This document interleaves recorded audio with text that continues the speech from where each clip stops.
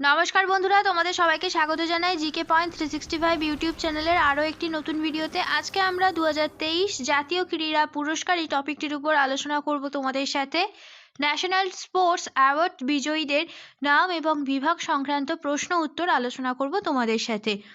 আগত চাকরির পরীক্ষায় এটি কারেন্ট অ্যাফেয়ার্সের একটা অংশ হিসেবে এখান থেকে অনেক প্রশ্ন আসবে, সেই কারণে এই টপিকটা তোমাদের খুব ভালোভাবে তৈরি করে রাখতে হবে।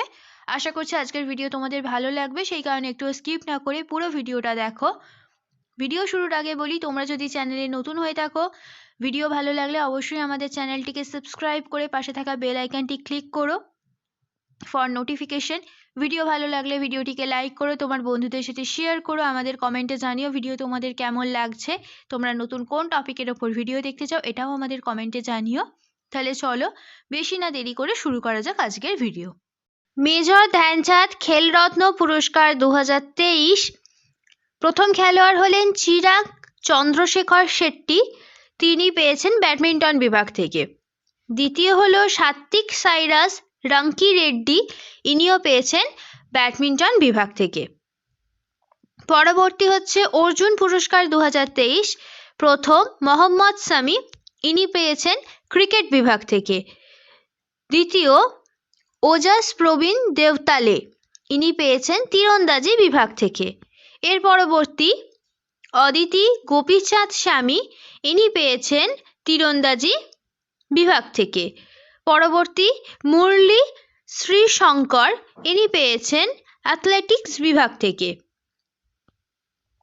এর পরবর্তী পারুল চৌধুরী, ইনি পেয়েছেন অ্যাথলেটিক্স বিভাগ থেকে। এর পরবর্তী মোহাম্মদ হুসামুদ্দিন, ইনি পেয়েছেন বক্সিং বিভাগ থেকে। এর পরবর্তী আর বৈশালী, ইনি পেয়েছেন দাবা বিভাগ থেকে। পরবর্তী অনুস আগারওয়াল, ইনি পেয়েছেন অ্যাকুইস্ট্রিয়ান বিভাগ থেকে। এর পরবর্তী দিব্যকৃতি সিং, ইনি পেয়েছেন অ্যাকুয়েস্ট্রিয়ান ড্রেসেজ এই বিভাগ থেকে। পরবর্তী দীক্ষা ডাগার, ইনি পেয়েছেন গল্ফ বিভাগ থেকে। পরবর্তী কৃষণ বাহাদুর পাঠক, ইনি পেয়েছেন হকি বিভাগ থেকে। এর পরবর্তী সুশীলা চানু, ইনি পেয়েছেন হকি বিভাগ থেকে। পরবর্তী পবন কুমার, ইনি পেয়েছেন কাবাডি বিভাগ থেকে। এর পরবর্তী ঋতু নেগি, ইনি পেয়েছেন কাবাডি বিভাগ থেকে। এর পরবর্তী নাসরিন, ইনি পেয়েছেন খোখো বিভাগ থেকে। এর পরবর্তী পিঙ্কি, ইনি পেয়েছেন লন বোলস বিভাগ থেকে।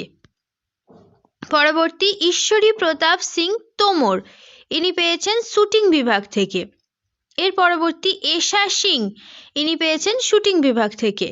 পরবর্তী হরিন্দর পাল সিং সান্ধু, ইনি পেয়েছেন স্কোয়াশ বিভাগ থেকে। এর পরবর্তী ঐহিকা মুখোপাধ্যায়, ইনি পেয়েছেন টেবিল টেনিস বিভাগ থেকে। পরবর্তী সুনীল কুমার, ইনি পেয়েছেন কুস্তি বিভাগ থেকে। পরবর্তী অন্তিম, ইনি পেয়েছেন কুস্তি বিভাগ থেকে।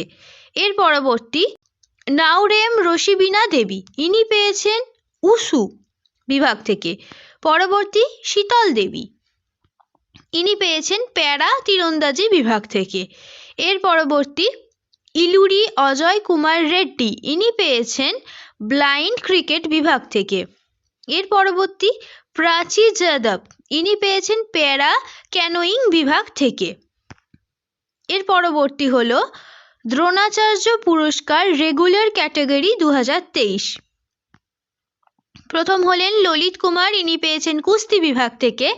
পরবর্তী আর বি রমেশ, ইনি পেয়েছেন দাবা বিভাগ থেকে। পরবর্তী মহাবীর প্রসাদ সাইনি, ইনি পেয়েছেন প্যারা অ্যাথলেটিক্স বিভাগ থেকে।